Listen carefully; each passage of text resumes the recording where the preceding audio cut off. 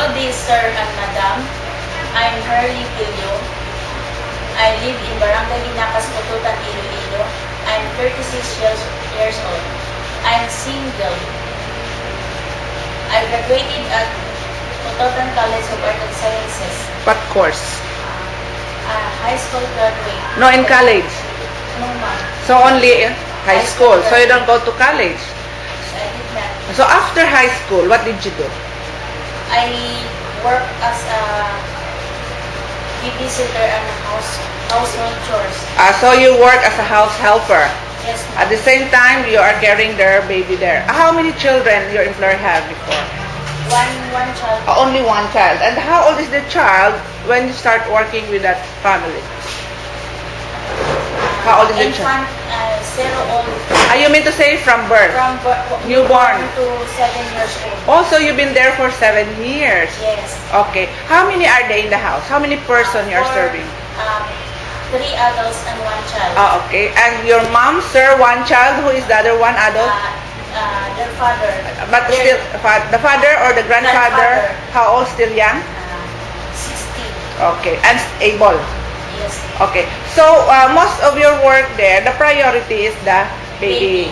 So, your mom and sir are working? Yes. Office. In the office. And the office. So, you mean to say, during daytime, you are the only one left in the house with a baby? Yes, ma'am. Okay. So, in case this time in Hong Kong, got also a newborn baby to take care or young children to take care, is it okay with you?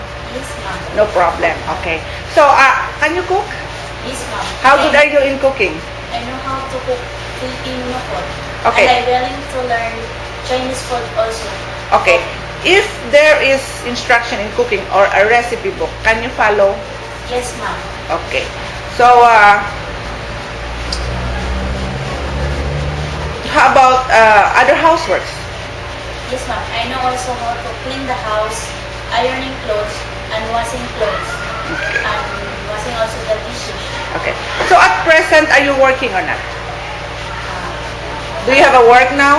No, no, ma'am. So, what is your source of income now? Where did you get money?